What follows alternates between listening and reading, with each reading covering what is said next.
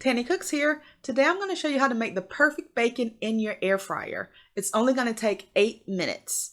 So to start, you want to be sure that you do not overcrowd your air fryer basket. We need the air to circulate during the cook time. Most air fryers have a preset button for bacon, as mine does here. Mine cooks bacon at 400 degrees for 8 minutes. And you want to be sure that you open up your air fryer halfway during the cook time to make sure it's cooking to your liking and see if you need to make any adjustments. Look at this perfect bacon. The grease has dripped down to the bottom of the basket, so you use this recipe if you don't need that rendered bacon fat for another recipe. This is delicious and it's easy to cook. If you like your bacon cooked harder or darker, then you can add another minute to the cook time, but be sure to watch your air fryer carefully to make sure it doesn't burn. Thank you for watching this video. Please subscribe to my channel.